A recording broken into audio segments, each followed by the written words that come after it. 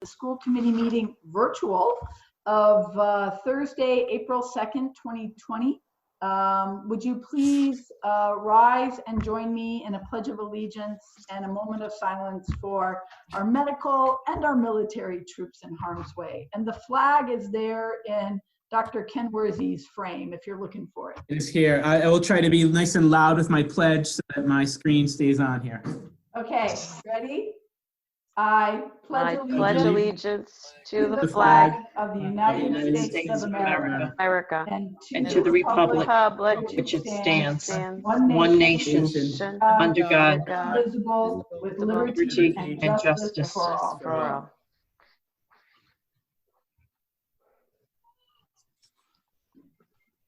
Thank you.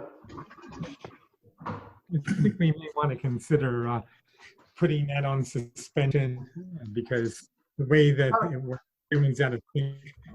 Okay, we will consider that. All right. We had an executive meeting prior to this session. No votes were taken. Mr. Ferber, may I have a motion, please, to seal the executive session minutes? I move to seal the executive session minutes and no votes were taken. Second. Second. Mr. Shear seconded. We do need to do an roll call vote for all of our motions because it's a little confusing to the public. So I'll be calling out everybody's name in the order I see them here. Mr. Piero? Aye. Ms. McDade? Aye.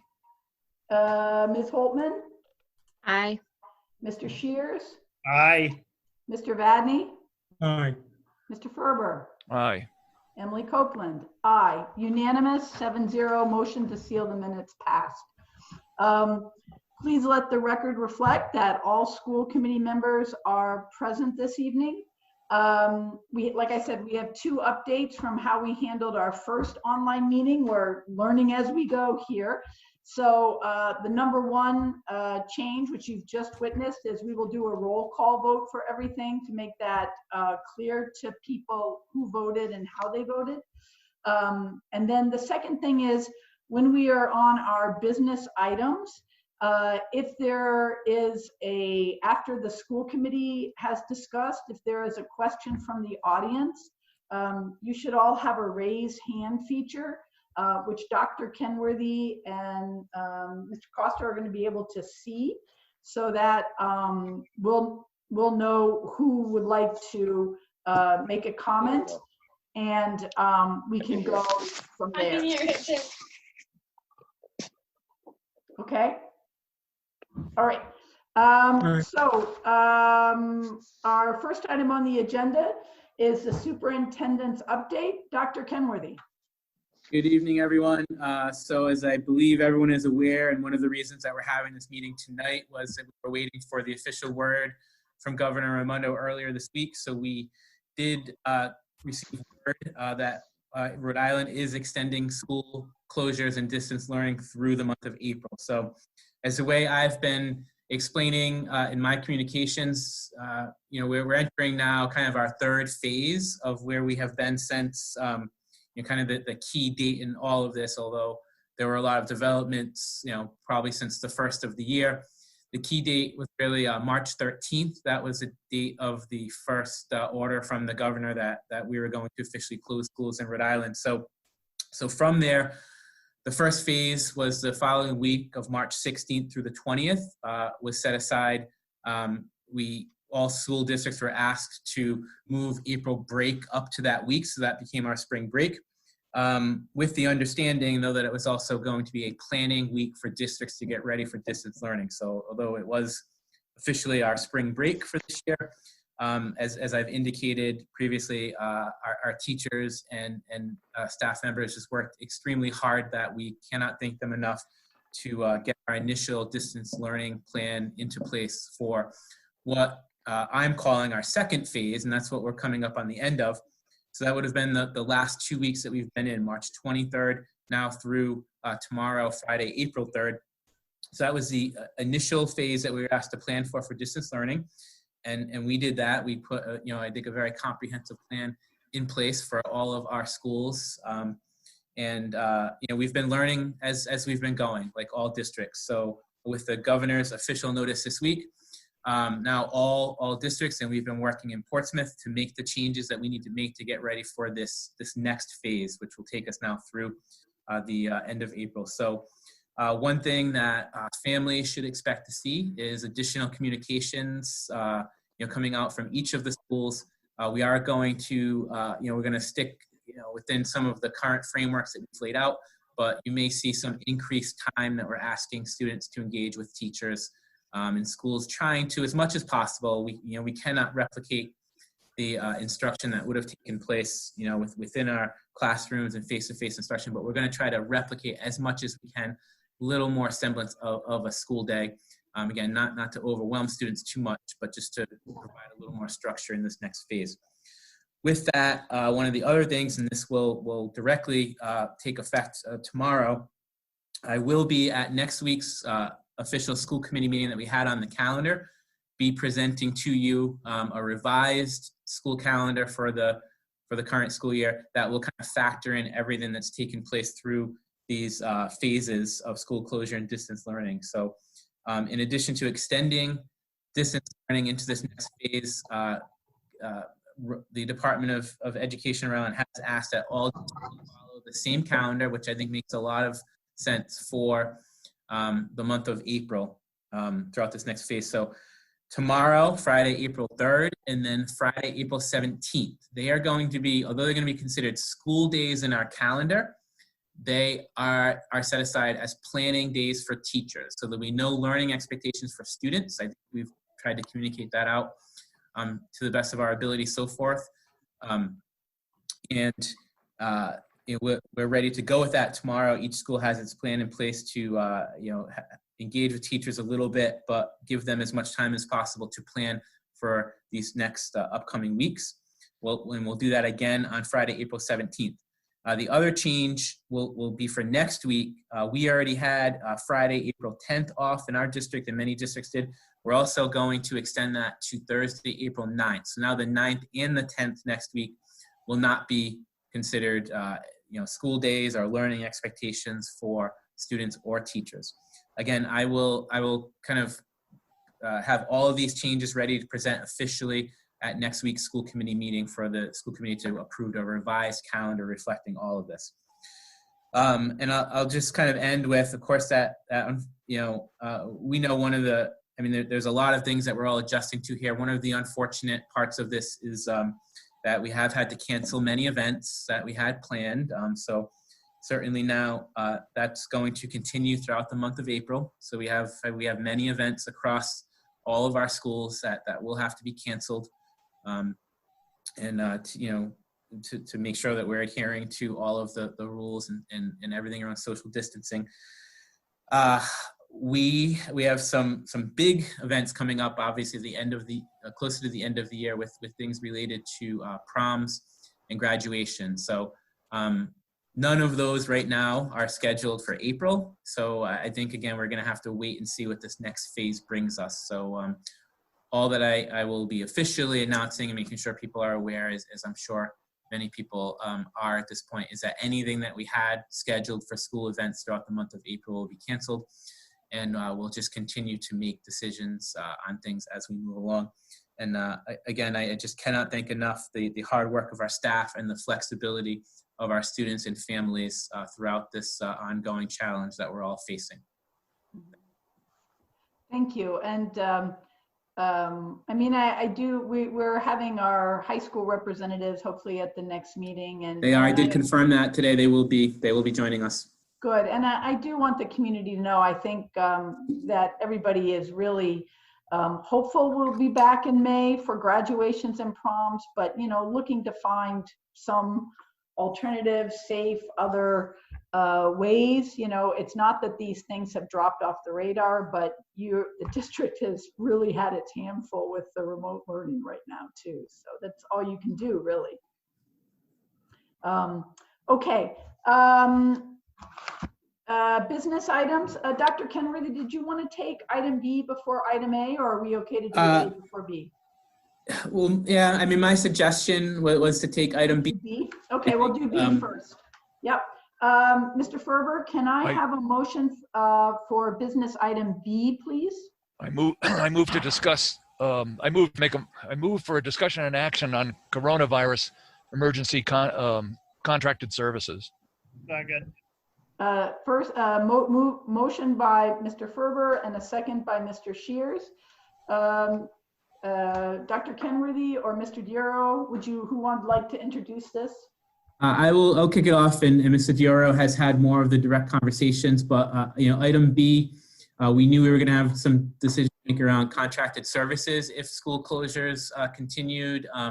But the one compelling one that we see right now that we will be asking for the committee to take some action on relates to our bus company in that contract. So I'll turn things over to Mr. Dioro. So our bus company, First Student, has approached us and many districts looking for financial support in the form of continued contract payments, despite the fact that school is not in session and buses are not running. We've had a lot of conversation over the last couple of weeks, and I think we're in a position where they're a valued partner. They value us. They've been with us for a long time. And we find ourselves both, in uncertain times. So from our standpoint, we have a busing contract that is expiring in June, and we are in the middle of going out to bid. Given everything that's happening, one of the things that I was thinking was that perhaps we should negotiate a 1-year rollover extension to our existing contract. That would be something that we would need to speak with First Student about. As part of those discussions, we could also discuss perhaps helping them out in the current year to some degree. Clearly, that would not be a full contract payment. So I would be looking for authorization to have those discussions both around extending the contract for a year and negotiating as potentially part of that. Some support for the bus company to make sure that when school starts up that they're still available to transport our students. Okay, thank you for that.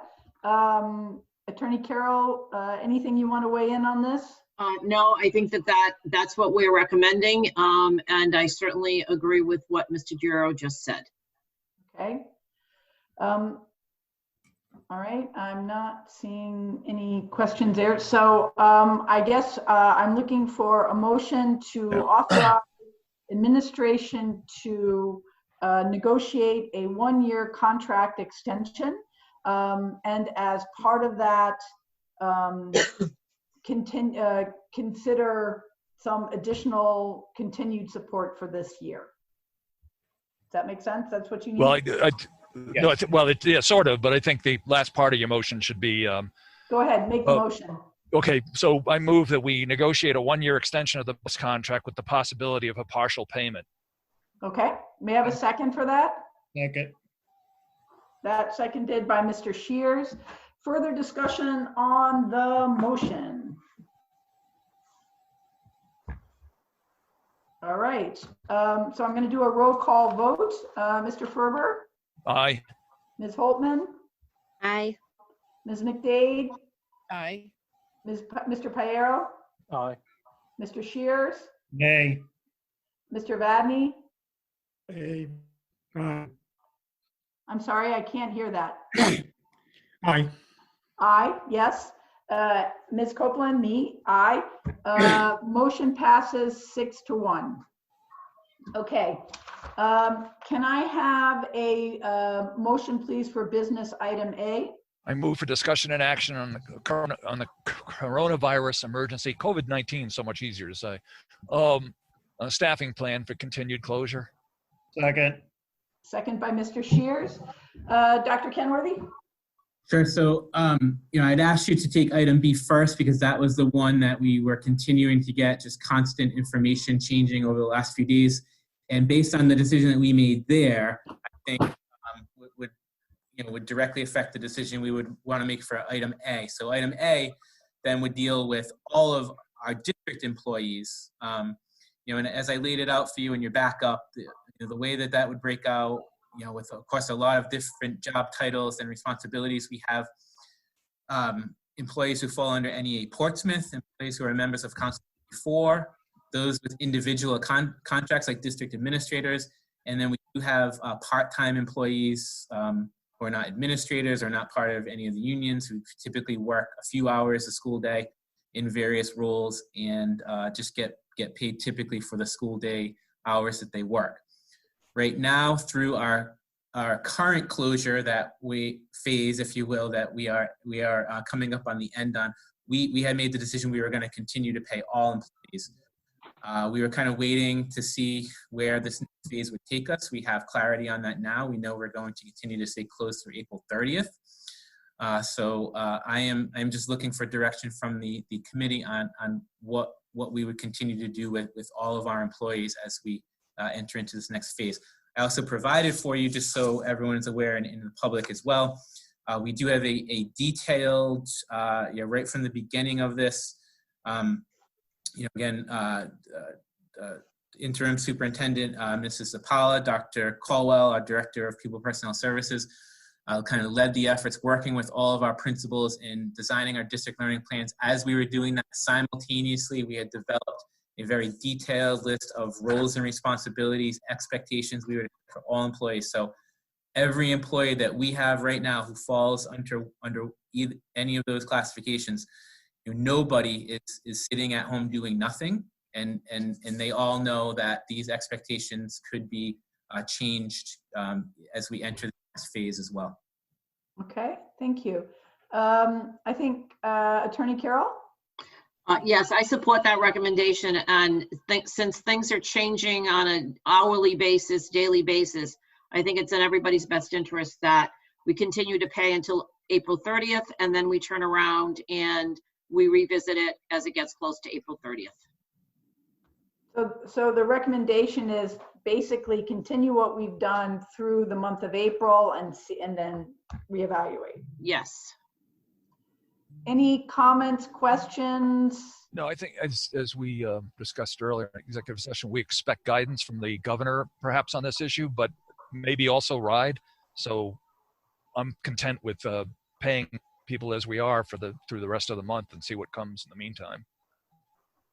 Right, because part of that would depend on what the governor might issue or order, right? Right, exactly. Anybody else? I don't want to, okay. I can't, all right. So Mr. Ferber, would you make the motion recommended by Attorney Carroll? Or move to continue for Portsmouth employees through April 30th, I think it is. Yes. So moved. Second. Second by Mr. Shears. Any further discussion, comment? No? Okay. Mr. Ferber. I move for adjournment. Yay? I move. Oh, yeah. Oh, I'm sorry. Roll call vote. I'm sorry. I missed that. Aye. Aye. Ms. Holtman? Aye. Ms. McDade? Aye. Mr. Piero? Aye. Mr. Shears? Aye. Mr. Vadney? Aye. Emily Copeland? Aye. Unanimous 7-0. Okay.